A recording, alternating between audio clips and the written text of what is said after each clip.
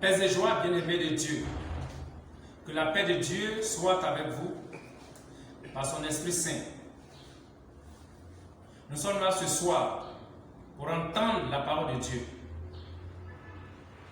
Et comme le Seigneur Jésus a dit, sans moi vous ne pouvez rien, alors nous allons nous confier à lui par son Esprit et nous laisser toucher par les mains de Marie qui a été toujours avec nous. Au nom du Père, du Fils et du Saint-Esprit. Amen. Père, nous te rendons grâce, nous te bénissons. Nous qui ne sommes rien que des serviteurs quelconques, tu nous as choisis par ton immense amour pour que nous soyons canal de bénédiction pour nous-mêmes et pour nos frères et sœurs. Ce soir, que toute la gloire te revienne. Père, que ton règne vienne en ce lieu. Que ton règne, Seigneur, vienne dans cette salle, dans nos vies, pour la gloire de ton nom. Je vous salue Marie, pleine de grâce, le Seigneur est avec vous. Vous êtes bénie en toutes les femmes, et Jésus, le fruit de vos entrailles, est béni. Sainte Marie, Mère de Dieu, priez pour nous pauvres pécheurs, maintenant et à l'heure de notre mort. Amen. Paix et joie. Ce soir, j'ai été choisi pour nous entretenir sur un thème. Et le thème que j'ai choisi, c'est la repentance comme clé de la victoire dans le combat spirituel. Et le texte, je l'ai tiré du livre de Jacques, le chapitre 4, à partir du verset 8 à 10. Et je lis.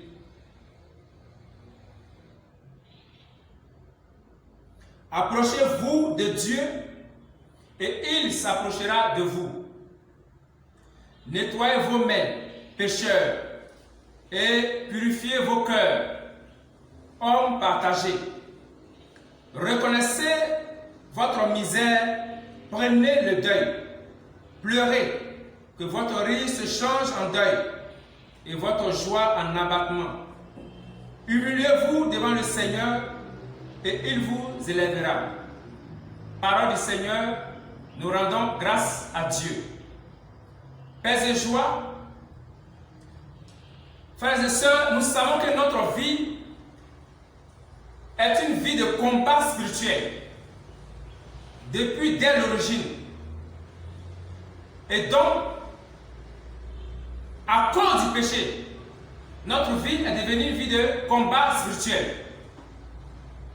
Et lorsque nous voyons dans notre vie, dans certains compartiments de notre vie, certaines choses qu'on trouve anormales et qui sont pertinentes dans notre vie. Par exemple, voici tu te portes bien, mais voici, depuis ton mariage, voici 1, 2, 3 ans sont passés et il n'y a pas d'enfant.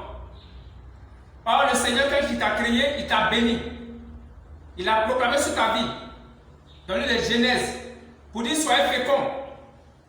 Mais depuis, tu es allé à l'hôpital, en fait, toutes les analyses, ça va. On ne sait pas pourquoi ça se passe. Alors, tu veux voir maintenant sur le plan spirituel. Et là, il s'avère que tu te lèves dans le combat spirituel. Raison pour laquelle tu vas faire des messes, prendre des temps de jeûne, faire des prières de délivrance. Mais rien ne change. Rien ne change. Mais ce soir, frères et sœurs, certes, il y a des clés dans le combat spirituel. Mais aujourd'hui, j'ai opté sur la repentance. Je veux m'accentuer sur la repentance. Vous voyez, je dirais que le Seigneur Dieu lui-même, notre Père, dès la création, je crois qu'il a commencé par lui-même la repentance. Sinon, il ne serait pas venu vers nous pour cacher notre nudité en préfiguration de son Fils Jésus qu'il allait livrer. Plus tard, lorsque l'homme était venu à pécher au jardin d'Éden, Et donc, vous voyez que la repentance est importante. Pourquoi? Vous voyez que on a fait tout notre effort. On est régulier à la messe, même les confessions, les retraites, tous les sacrements que l'Église nous donne, même la parole de Dieu, tu es connecté. Mais rien ne change dans ta vie. Rien ne change. Alors, pourquoi rien ne change? C'est là qu'il faut chercher à comprendre pourquoi rien ne change. En fait, rien ne change dans ta vie simplement parce que tu entretiens le vieil homme. Ton vieil homme là, tu l'entretiens. Et donc, à force d'entretenir ton vieil homme, par les rancunes, les mensonges, la colère, la vengeance, la haine, la médisance, les murmures, les calomnies, les spéculations, la perversité, oui, les faux raisonnements, des débats inutiles, tu vois que ton péché là, ça demeure. Par conséquent, c'est si comme la forteresse du diable est protégée et même fortifiée par toi-même en toi. Pourquoi la forteresse du diable est fortifiée en toi? Parce que le péché est la nourriture du diable. Le péché, c'est le motif qu'il utilise pour bloquer tes bénédictions et tes grâces. Et donc, le Seigneur, à travers ce texte tiré du livre de Jacques, chapitre 4, du verset 8 au verset 10, nous appelle à la repentance. Pas n'importe quelle repentance. Il dit, approchez-vous de Dieu et il s'approchera de vous. Nettoyez vos cœurs, nettoyez vos mains, pécheurs, et purifiez vos cœurs. Hommes partagés. Hommes partagés. Effectivement, tu es baptisé, tu es confirmé, tu es responsable dans ton groupe de prière. Tu es régulier à la messe, comme je l'ai dit d'antan. Tout ce que l'Église nous donne comme sacrement, tu l'as fait, mais rien n'évolue. Parce que ton cœur est encore partagé. Et là, le Seigneur t'appelle à une repentance vraie. Et la repentance, c'est quoi juste? C'est le regret douloureux, le regret sincère que l'homme a de ses péchés. Le regret de ses fautes. Et surtout le désir de se racheter. Et donc, la repentance devient pour nous une arme efficace pour avoir la victoire dans le combat spirituel. Je prends un exemple typique. Sur la croix, Jésus a dit, Père, pardonne-leur car ils ne savent pas ce qu'ils font. Jésus venait de se repentir pour nous. Pourquoi? Parce qu'il a porté sur lui toutes nos croix. Et Jésus est le repentant. Il est le repentant de toute l'humanité. Et comme sa repentance a été sincère, a été vraie, Dieu l'a agréé. Raison pour laquelle nous vivons aujourd'hui. Et par le baptême, nous sommes devenus fils de Dieu. Et donc, frères et sœurs, je vais juste nous interpeller. Peut-être qu'il y a une situation qui est bloquée dans ta vie et tu te dis sans doute, c'est parce que mes parents ont fait ceci, ils ont adoré tel eau, ils ont adoré tel caillou, ils ont adoré tel masque, ils ont adoré tel esprit des eaux. Alors que la cause ne se trouve pas là-bas. La cause est en fait qu'il y a un péché que tu continues d'entretenir. Il y a un péché que tu continues d'entretenir. Et alors le Seigneur voudrait que de tout ton cœur, tu viennes à regretter ce péché. Et par ce regret, tu dis, Seigneur, je renonce à ce mal, à ce péché à moi. Je renonce. Et ainsi, tu te rachètes par la grâce du Seigneur. Et alors, sachez que s'il y a un péché en vous, auquel vous n'arrivez pas à vous détacher, demandez simplement la grâce au Saint-Esprit. Il est là pour ça. Jésus a dit seulement vous ne pouvez rien faire. Et quand tu lui demandes cette grâce, il va te l'accorder. Maintenant, elle a volonté de quitter ce péché. En quoi faisant l'une des clés que je donne ici, la repentance vraie et sincère. Vous voyez souvent, au cours de nos assemblées de prière, quand le prédicateur dit, nous allons nous repentir, on a l'impression que ce sont des récitations. Non. Sachez bien, la repentance sincère, je peux appeler ça en griffe une confession privée entre toi et le Seigneur. Et quand tu fais cette confession de façon véritable, véridique, c'est comme tu es en train d'exposer le diable. Et quand tu exposes le diable, il est totalement anéanti. C'est la raison pour laquelle Jésus, lorsqu'il a fini de guérir quelqu'un, le délivrer, dit, va et ne pêche plus. Pourquoi? Parce que le péché, c'est la nourriture du diable. C'est le motif qu'il utilise pour nous accuser, pour chercher à nous détruire, pour nous arracher nos biens spirituels. Donc, frères et sœurs, ce soir, je vous amène, je vous interpelle à vraiment vous plonger dans une repentance sincère. Il faut essayer d'analyser ta vie, là où ça ne va pas. Et commence à prendre un temps de repentance vrai entre toi et ton Dieu, que j'appelle aussi la confession privée. Et tu vas voir que pendant ce temps, le Saint-Esprit va venir te rejoindre.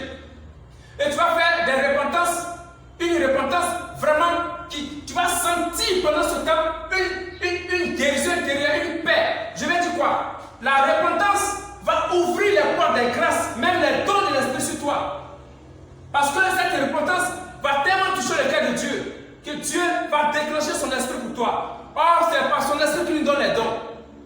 Et donc, la repentance qui est sincère est la meilleure façon de revenir à Dieu et de prendre la décision de quitter le péché. Tu ne peux pas te repentir et puis revenir à ça le lendemain. Non.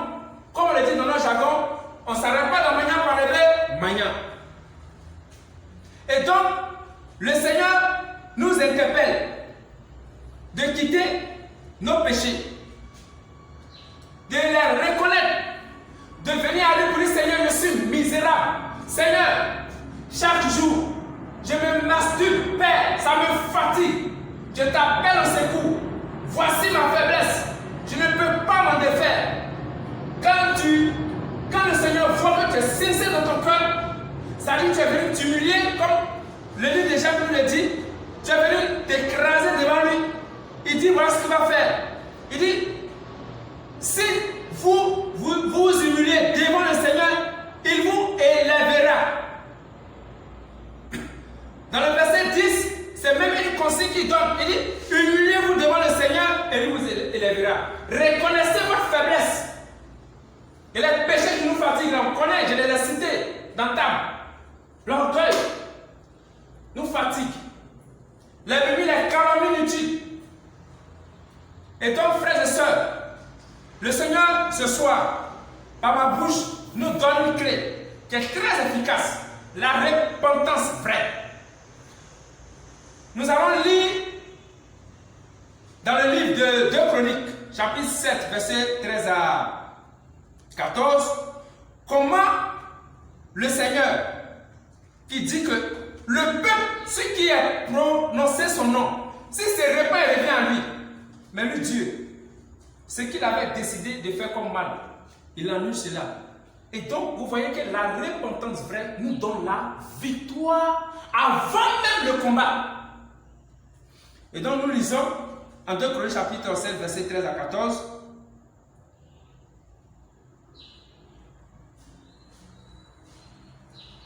Si je ferme les cieux et qu'il n'y ait pas de pluie, si je commande à la sauterelle de dévorer le pays, si j'envoie la peste dans mon peuple, et si alors mon peuple sur lequel est invoqué mon nom s'humilie, prie, cherche ma face et revient de ses voies mauvaises, moi j'écouterai des cieux, je pardonnerai son péché et je guérirai son pays. Amen. Et donc, le Seigneur là interpelle son peuple. Nous sommes le peuple de Dieu.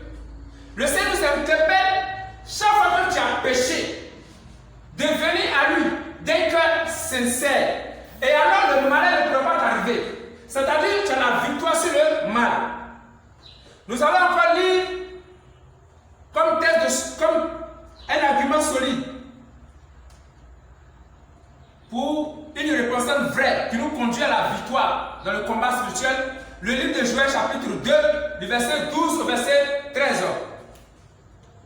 Et je lis, il dit, dès maintenant, oracle du Seigneur, revenez à moi de tout votre cœur, avec des jeûnes, des pleurs, des lamentations, déchirez vos cœurs, non vos vêtements, et revenez au Seigneur votre Dieu.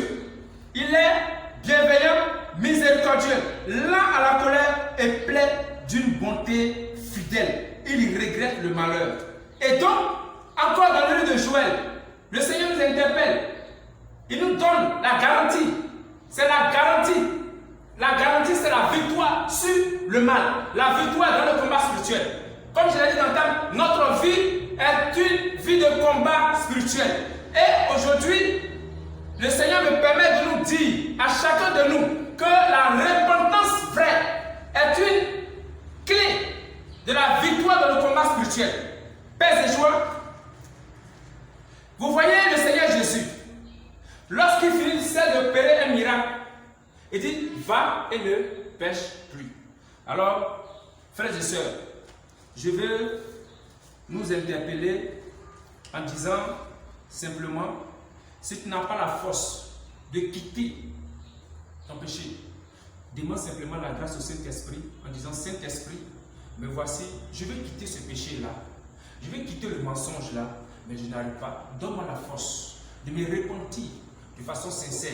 Et vous verrez, il a dit, si vous demandez le Saint-Esprit, le Père va vous donner. C'est ce que le Seigneur Jésus a dit. Alors, je t'exhorte, frères et sœurs, de demander la grâce de la repentance. Demande cette grâce au Saint-Esprit.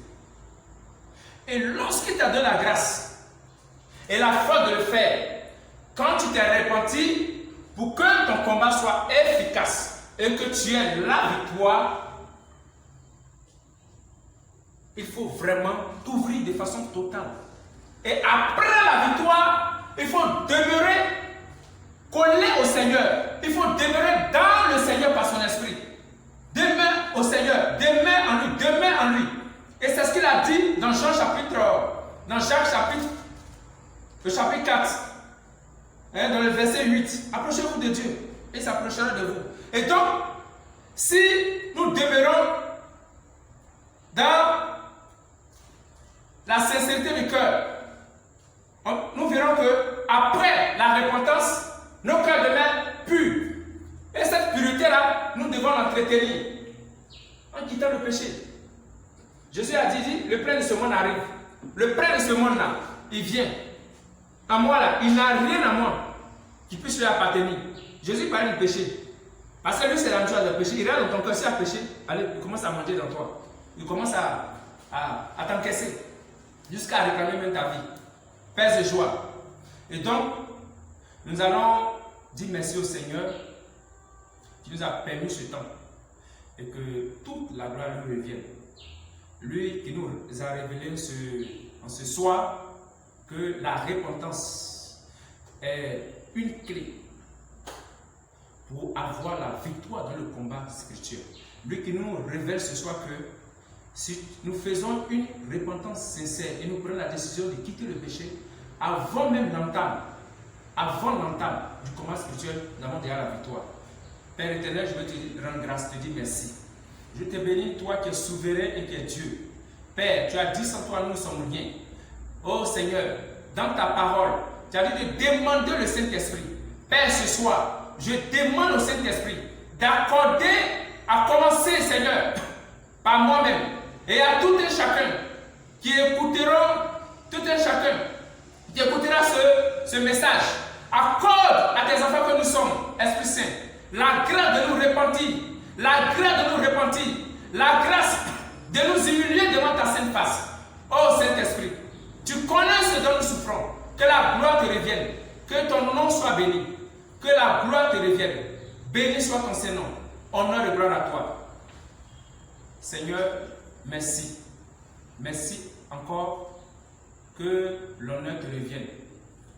À jour, je voulais donner un bref témoignage Avant, j'étais quelqu'un qui ne pardonnait pas. Mais à force d'insister et de me repentir, Seigneur, accorde-moi la grâce. Vraiment, le Seigneur m'a accordé la grâce de pardonner. Père et joie, que le Seigneur nous bénisse. Au nom du Père, du Fils et du Saint-Esprit. Amen.